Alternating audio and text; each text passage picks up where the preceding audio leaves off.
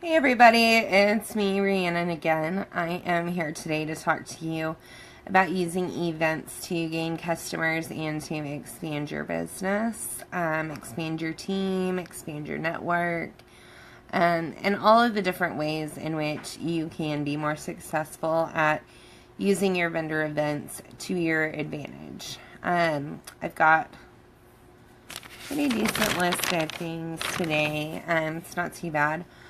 I do have a lot I could say about vendor events. I have, for different businesses and things, done vendor events fairly consecutively for the last 6 years, but I had done them previously. I have a dog that is walking behind me. It's distracting. That's my cute dog, guys. So there's plenty I could say on vendor events. I'm going to try really hard to stick to the topic and not bore you all with all of my pet peeves. There are a few that I feel relate to this, and so I will definitely touch base on those. I feel like you want to make sure that you are approachable, that your booth is approachable, that you have a welcoming space. You want to make sure that you personally are putting off a vibe that it allows you to be approachable. I feel like this is really, really hard to do if you're on your phone. Nobody wants to be the one to interrupt, and so they're not going to come up and start a conversation with you while you're on your phone. They're not going to say, hey, do you want some coffee? They're just not as apt to come up and talk to you. I feel like it's totally socially acceptable and expected that you will be posting, pictures of your booth and stuff on your VIP page and on your Facebook. And so I don't think that it's frowned upon to take some pictures and then post them. But I think it's so easy to get sucked into your phone. If you go on, this fly is going to make me crazy. If you go on and post your pictures and everything and then immediately get back off of Facebook, then it's not going to take you very long. It's going to accomplish what you got on there to accomplish, and it's not going to leave you where you are staring at your phone for such a long period of time that nobody wants to come up and talk to you. Because if you seem distracted or preoccupied with your phone and what's going on there, then not only other vendors, but additionally other customers are not going to be as interested in coming up and having a conversation with you because you will appear to be very distracted. I feel like having a welcoming space allows a lot more people to want to come in and talk to you. I've seen people use little area rugs, which while it seems kind of silly, I feel like it really does add a really nice touch and kind of gives that personal, welcoming, comfortable vibe. In booths, you can create certain ambiance with the lighting that you're using. If you're adding, little Christmas lights across the top or whatever. There's lots of ways that you can help to make it a more welcoming space, and if you're struggling for ideas on that, then let's chit chat and we can try to come up with some ideas to make that more personable and more welcoming for your customers, and just a more comfortable space for you to work from. I feel like we all do our best whenever we are in a place that we're comfortable, and obviously not too comfortable because you don't want to get too lazy and kicked back and end up looking unprofessional. But you do want to make sure that it's a space that you're comfortable being in and a place that you can be yourself in. A lot of people, they try too hard to be too professional, and it comes off really robotic. And so you do want to be able to allow your personality to shine through when you're speaking to other vendors and when you're speaking to your customers. I feel like it's important to make sure that you're talking about more than just your business and the products that you offer. Give honest, truthful compliments to people to help start up conversation. Make sure that what you are saying is sincere. Make sure that it's honest. Make sure that it's coming from a positive place in your heart. People can tell the difference. They can tell whenever it seems fake or you're just trying to gain a sale. So make sure that you're taking the time to make it specific and directed towards them and truthful. The more that you're able to start a conversation, especially about something other than just our products, the more you're going to have the opportunity to have a reason to keep in touch with the person. You might find out things that you have in common, or maybe somebody you both know, or, any kind of common interests, or maybe they just really do like your products and want to talk to you more. But that opens up the opportunity to say, you know what, I really enjoyed talking to you today. Would you mind if I kept in touch? This is a great way to flatter them, to show that you also enjoyed talking to them, and to get their follow-up information. I want to make sure to reiterate that you are building relationships, and so don't misuse that follow-up information. If y'all are talking about how you both went to the same university and you know some of the same people and don't follow up with the person with that contact information and only talk posh. Make sure that when you follow up with that person, you're being genuine, you're being real, you are talking about, hey, remember we were reminiscing about such and such, and I thought about, this memory, or, hey, I used to love this restaurant by the university. Did you ever go there? Made me think of you, yada yada. Try to keep with that theme and make a note on the follow-up information that you get from them after they walk away. Jot down a couple of notes. Talked about this. Had this in common. These are ways to help ensure that in the future you're able to refer back to those conversations and remember what you talked about. Again, these are great things that you can put into your customer profiles. So that way in the future, even if they're not a customer yet, you have that you met them through Posh at this event. Y'all talked about this and you know where to go from that. Make sure that if you're giving out samples at your event that you're receiving follow-up information. A lot of people feel like following up on samples is just obnoxious and you're just pestering somebody. I like to look at it much more as it's good customer service.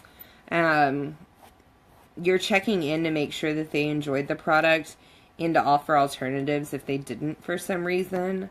You're also there to help them if they really did love a scent. Then you can help to guide them to more products that have that scent. If they really loved the cooling aspect of a product, then you have the ability to show them if there's anything else that's offered that has that same kind of effect. Or if they loved the product but really, really weren't a fan of the scent, well, then you have the opportunity to introduce them to products that were. And so I feel like following up from samples is just a way to ensure that they feel like they're actually being taken care of. One thing that separates our businesses away from going into a store is that we're building personal relationships, like I keep focusing on. If you're building these personal relationships, then they're going to come to expect things like you following up to make sure that they liked things. It makes that become the norm. And then whenever they're, out and about at the mall shopping and somebody gives them a little bit of hand lotion to try, they're just like, here you go. You can get it inside for however much. Here's this little coupon. then they stand there and think, oh, they didn't even ask if I liked it. They didn't care what it felt like or if I liked the scent or anything. You know what? So-and-so gave me these Posh samples, and she messaged me to make sure I liked them and to see what I thought and how it felt and everything. She was a lot more concerned with what my thoughts were. They're probably going to go with that person who cared, who they know will follow up with them, who they know will make it right if something happened with their order, if, something doesn't go as they wish it did. They know that they can trust that their consultant's going to take care of them. And having that support and that insurance policy, essentially, I mean, really, buying from a consultant is kind of like buying an insurance policy for your lotion. It is ensuring that you have somebody who's going to have your back if something doesn't go as planned or if you don't like something. It's ensuring that you have somebody that you can personally go to talk about interest in other products or future orders. So that way you're not alone in your future purchases. If you're confused about what a product does or something, you don't have to feel like the weirdo in the store being like, so how do you use this? Or the one that has to Google how exactly a body scrub works. You have somebody who's there, who's going to talk you through it, who's going to work with you, who's going to message you, who's going to let you in on this secret Facebook group that's going to tell you every time there's a special, and they're going to give you opportunities to, save money on different things. It's a whole different experience than shopping in a store. And so it's really important that we help to make it that special experience, and that starts with the moment you meet somebody. You meet them, whether it be at an event or out and about or anything like that. Showing them that they can trust you to create that personalized experience is going to help them to want to be in your VIP group, to make them want to follow you on Facebook, to make them want to stay in touch and potentially order from you in the future, because they're seeing, essentially a preview of that insurance policy. They're seeing if you are truly going to be there for them, or if you're just trying to get a sale today at this event so you can go home and feel like you got your money's worth. Because trust me, customers can tell when that is the way that you feel. I like to make sure that I'm doing some kind of a giveaway drawing at events, because I feel like that gives me an extra opportunity to not only get follow-up information from a person, but it allows me the opportunity to kind of chit-chat with them and open up a dialogue. If they're standing there to fill out my form, even though my form's not super detailed, it's, name, address, phone number, email, and then it asks them if they would be interested in being contacted to talk about our products, or to talk about hosting a party, or about joining my team or anything like that. And I feel like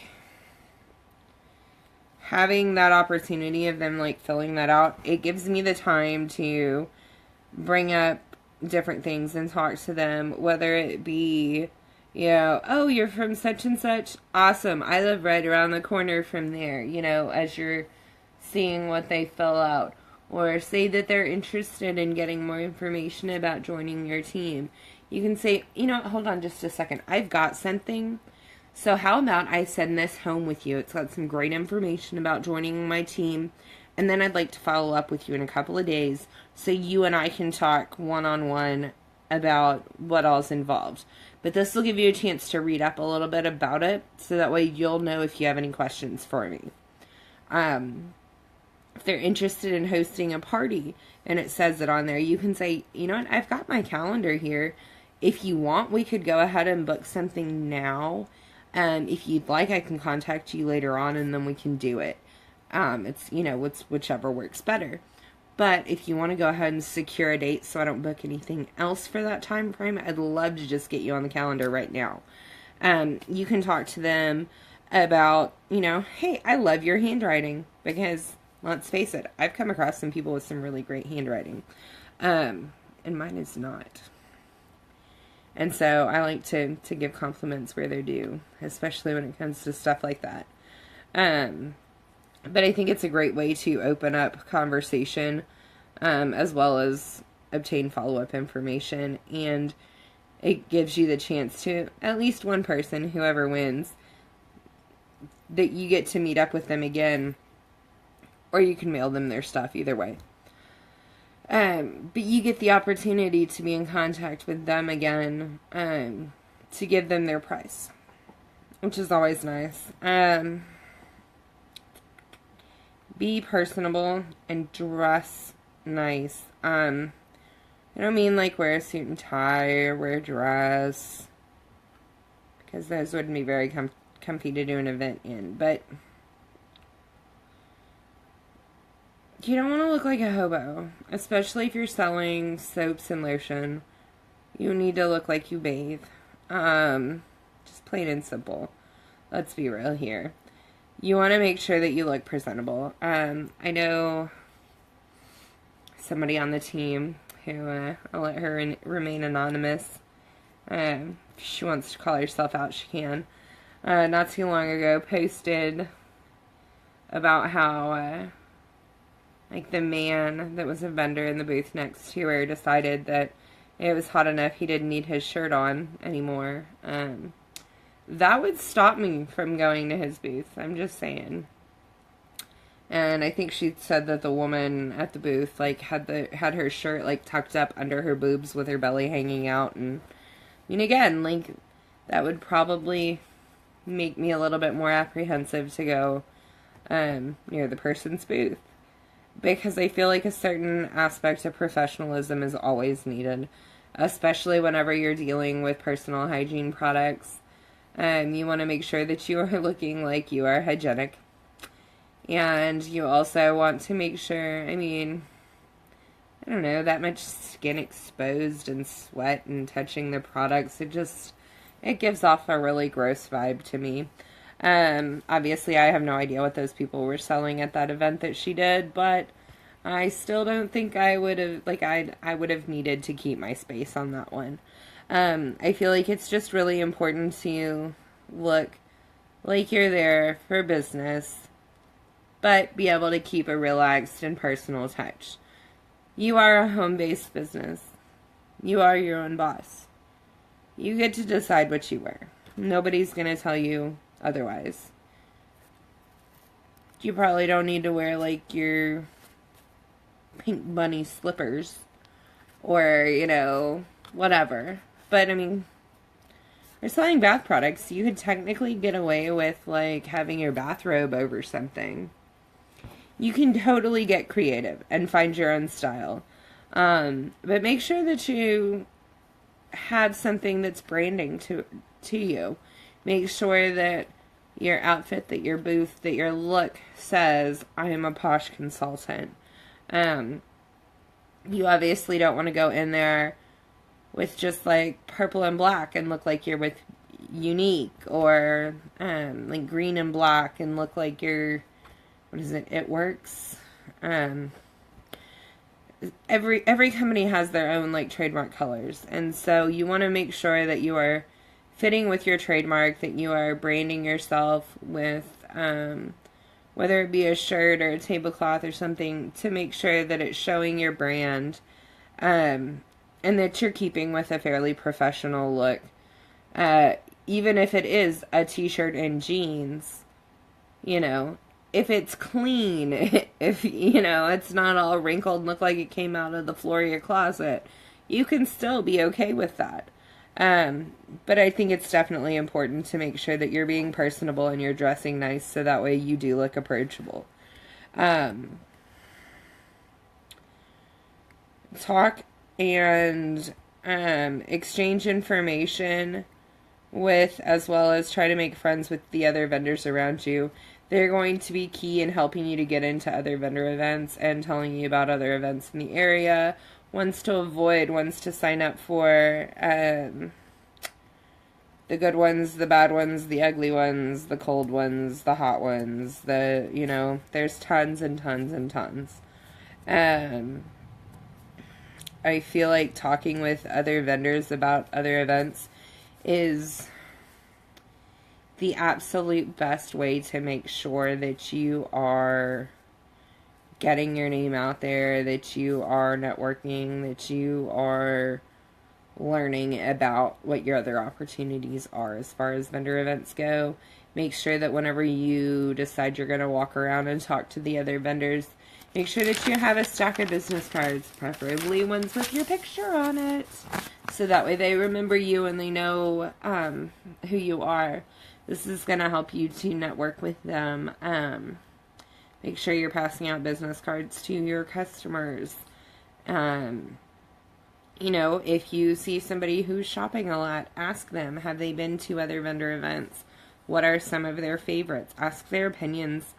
And it helps you to be able to have the opportunity to say, hey, I've already signed up for that one. Awesome. I will see you at that one. Look for my booth and come say hi. Or, you know what? I'm going to look into that one. Keep an eye out because I want to make sure that I'm at that event. That sounds awesome. Or, say, hey, have you heard of such and such? I'm going to be a vendor at that one. You should come check it out and come say hi to me. These are great ways to ensure that you're continuing to see these customers again, that you are asking their opinions, that they're interested, and that they know that they can expect to see you at other events. This also gives them the opportunity to think, hey, I really would like this. I don't want to pay $5.99 shipping. Let me just call her and see if she's got an event coming up. And if she does, then maybe I could meet her there and I don't have to pay shipping. It opens up the doors for a lot of things like that. Let's see what else. I like to do a display in reference to joining my team.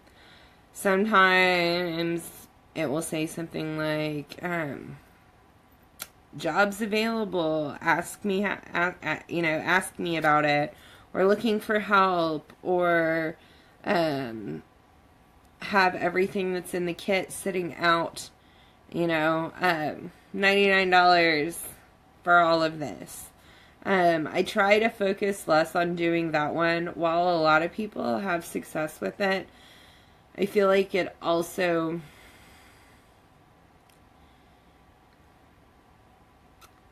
not that it necessarily devalues our kit, but I feel like it brings the focus on the savings rather than the business opportunity. And if they're just seeing the kit as a way to save money, then they might not be as apt to take the business part seriously. And you definitely want to find people who are going to be hardworking and interested in being active members of your team. So I recommend focusing on things like for $99 you can start your own business and you get all of these products. Looking for some great teammates, looking for some stay-at-home moms that want to create an income for themselves, looking for people who are hardworking and social and interested in starting a business. There's lots of different ways that you can word it to make sure that you are bringing in the people you're looking for. And it's really all about the way you word it. You definitely want to make sure that you get follow-up information for anybody who is or is even possibly considering the opportunity of joining your team. I say that because if you have the time to sit down and talk to them, while you might not have the opportunity at the event, you can schedule a time outside of the event, and that will allow you to really talk to them, gauge their interest, see what questions they might have. You have the opportunity to send them home with a information flyer about joining your team and the different things that Posh offers us. If they, check that option on your giveaway form if you have it, then that opens up that door as well. But I feel like it gives you the chance to keep in touch with them in the future, and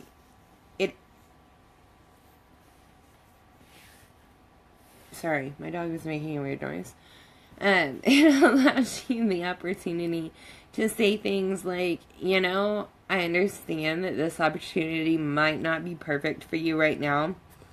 Sometimes they offer different specials and stuff, and I'd really love it if I could let you join my VIP group so that way you can stay in on all of our specials and everything that I've got going on. So that way whenever the time is right, then you have my information, you have the ability to come straight to me, and if there is any kind of sale or something that's going on that you're interested in, I want to make sure that you have that information, so that way you have everything you need. Then they're a lot more apt to connect with you that way and allow you to add them to your VIP group, and be in touch with them for the future. Make sure that you follow up with all people who you got their information on. Try to make notes of any conversations you're having at the event so that way you can be specific in your follow-up. If you happen to know what samples they grabbed, jot those down so that way you can be specific in your follow-up and add it to their customer profile. Make sure that you are truly following up. If you tell them you are going to follow up, it just looks bad and you look unreliable if you don't follow up. So make sure that you are doing your part and following up, and you are in your follow-up inviting them to join your VIP group if they're not in there already. You're inviting them for the opportunity to host a party. You're inviting, things like that. I don't say to push the join opportunity or anything like that necessarily, especially not right off the bat. And even parties, you might wait a little bit. It really just depends on your connection to the person, and you're the one following up, you're the one building that relationship, you are the only one that'll know when it's the right time for that. But make sure that you're following up and that you are continuing to lay the bricks of the foundation of building a relationship with them, so that way they become your long-term customer, so they become your long-term friend, so they become a long-term part of your life and your business. The more that we focus on those relationships and those specifics, the more that we're apt to be able to keep people long term. I feel like if I talk to somebody at an event and we, realized we had such and such in common, and they asked if they could keep in touch, that they really enjoyed talking to me.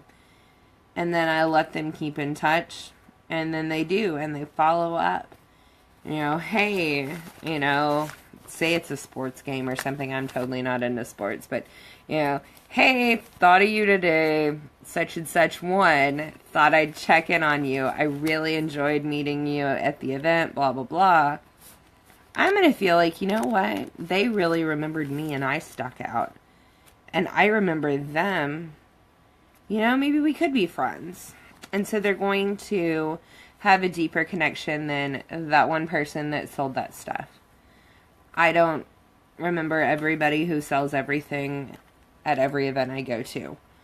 But I do remember people who take the time to talk to me and take the time to make conversation and be interested in what I have to say. And so I'm a lot more apt to follow up with them. And I can tell you that you just never know. For instance, there's a Scentsy lady who I saw 2 years ago at an event. And while I had a few other Scentsy people, none of them were local. And so while I personally have more Scentsy than I know what to do with, I did 2 years after meeting her still know where I put her card and her information. And I touched base with her to see if she was still with the company and invited her to come and do my event because she made an impact. She made, an impression on me, and I remembered her. And so you never know who you're making contact with or who's going to keep that information. And it might not be right away, but something great could come from it. So while that lady might not have gotten a sale from me then or even now, she has been given the opportunity to be a part of an event that could allow her to make a lot of sales. So you never know what's going to come from it, and you never know who's going to keep your information.